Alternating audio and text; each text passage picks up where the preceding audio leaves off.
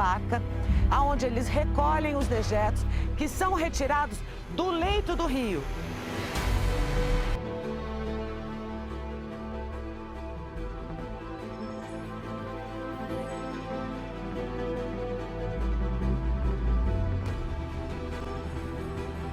Resíduos descartados de forma inadequada na cidade e também na região metropolitana de São Paulo acaba, de um jeito ou de outro, vindo parar no Pinheiros.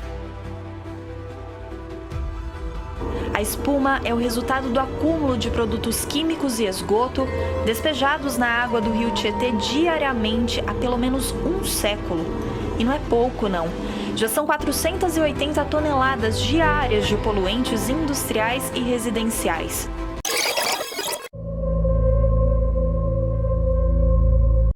O uso dos rios sempre teve em seu fundamento a expectativa de suprir as necessidades dos homens, ou seja, de favorecer o desenvolvimento econômico e social.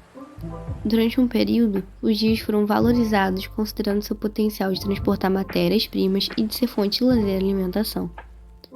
No entanto, com o passar do tempo, os rios passaram a sofrer com essas transformações geradas pelo crescimento urbano, e os impactos negativos foram surgindo, interferindo significativamente na qualidade das águas. Houve, então, a substituição da visão de um rio como essencial e estruturador da paisagem para a visão do mesmo como insalubre e causador de desastres ambientais. O rio torna-se um elemento não só esquecido, mas desejado de ser ocultado, e tal ruptura faz com que em muitos lugares, o curso das águas fosse alterado, sendo o rio canalizado e até mesmo encoberto. Há, no entanto, uma outra forma de se relacionar com o rio. Os povos tradicionais se submetem ao rio e fundamentam sua vida social, subsistência e habitação, de acordo com o que o corpo d'água oferece em cada fase, invertendo a lógica convencional. Nas comunidades indígenas, há o respeito pela sazonalidade dos corpos hídricos, entendendo que essas mudanças precisam ser respeitadas e são naturais. As comunidades indígenas se submetem a essas mudanças e não tentam controlá-las, o que é bem diferente do que ocorre nos grandes centros urbanos. Percebe-se que há uma epistemologia dominante, que ao se colocar como única e verdadeira, apaga as demais. A relação com os rios, na epistemologia europeia, é determinada em prol das necessidades humanas e desconsidera a perspectiva indígena de que os rios são a base social e de que os homens devem servi-los.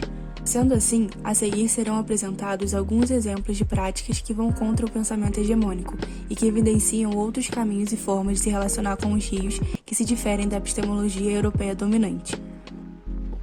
Um exemplo disso é a Avenida Keller, uma das principais ruas da cidade. Nela, o rio forma uma perspectiva pitoresca com a catedral, que se projeta sobre a avenida. Por todo o centro histórico, os pedestres possuem uma boa relação com o rio. Ainda pode-se notar a intensa arborização presente nas margens do rio, o que contribui para uma sensação agradável para quem anda por ali. Isso é o que ocorre na Rua do Imperador, no qual o rio é localizado em frente à Igreja Nossa Senhora do Rosário. Na Avenida Barão do Rio Branco, localizada ao norte do centro histórico, o traçado da avenida é também feito a partir do curso do rio. Nesse local, há uma topografia mais acentuada ao redor dos rios e há a presença marcante da natureza. Dessa forma, pode-se notar que é possível pensar urbanisticamente ideias que valorizem os corpos hídricos. Eles podem estar conectados à paisagem e, junto à natureza, servir como refúgio para a população local. Atualmente, diversos estudos relacionam o contato com a natureza com o bem-estar psicológico da população que ali reside. Portanto, é extremamente importante pensar a relação das cidades com os rios. A Ilha do Cambu está localizada em Belém, no estado do Pará. Ela tem uma população de um pouco mais de 2.000 habitantes e é uma atração turística da região. O rio é uma presença marcante na ilha, visto que Rio Guamá é largo e ocupa boa parte da paisagem. A ilha é só acessada de barco, portanto, os turistas são completamente rodeados pelas águas, já no início da viagem. Apesar de estar a cerca de 15 minutos da cidade de Belém, a proximidade física em nada se assemelha ao estilo de vida em ambos os locais. Na Ilha do Cambu, a relação do homem com a natureza é estabelecida de forma singular. Ali, as águas carregam histórias e são a forma como a população se organiza.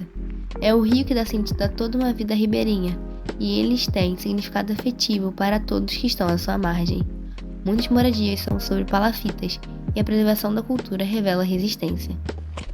Dessa forma, pode-se perceber como a maneira que os rios são tratados em muitos lugares é inadequada.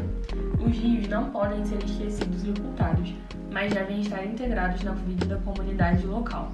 A forma indígena de entender o rio nos dá uma nova visão sobre os corpos hídricos, e a partir disso, pode-se pensar em novas formas de se relacionar com os rios. Os corpos hídricos não servem apenas aos interesses da cidade, mas devem também serem servidos. Através dos exemplos citados, é possível observar que existem novos caminhos possíveis para integrar os rios às comunidades, especialmente em ambientes urbanos. Ademais, é de suma importância que cada cidadão lute por rios limpos, sem despejo de esgoto. Assim, poderemos melhorar a nossa relação com os corpos hídricos.